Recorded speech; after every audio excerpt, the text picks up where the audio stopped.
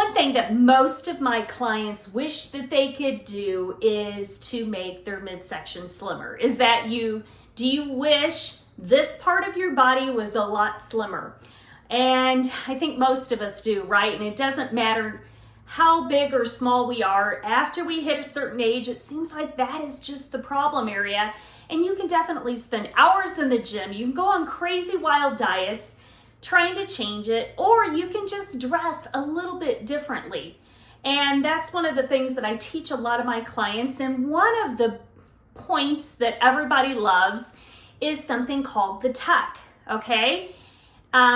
This works for almost all women, but not everybody. It really is going to depend on your body shape. But have you ever wondered, should I tuck my shirt in? And as you can see, I got my shirt here. Should I tuck it in? Should I leave it untucked? And you can do either. I mean, definitely you can do it. You can kind of see me now with my shirt untucked. Now, there's several different ways that you can tuck your shirt. One thing that you can do is the full tuck. So this is where you tuck everything in, and sometimes you'll see people put belts here too. Well, guess what? When you tuck this shirt in, especially when you tuck it in, I'll kind of tuck mine in so you can see, what does that do? That makes this section stick out, right?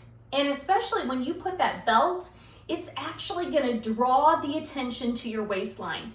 So for most women, unless you're model, skinny, thin, you do not want to tuck your shirt in, and you do not want to put a belt around it. You see all in the fashion ads, everything, they're showing all these models with their shirts tucked in and belts, and we look at it and say, oh, we should wear it that way, but not so. The next thing is called the front tuck, or sometimes you hear it called the French tuck.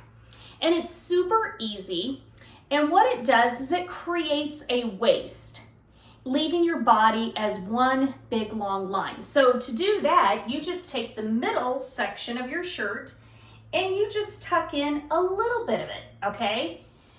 And so when you tuck in a little bit of it, let me see if I can get this right here, it kind of leaves what you would call, like, this one's a little bit harder because my shirt is rounded on the bottom, but it leaves more of a kind of like an oval type shape, okay?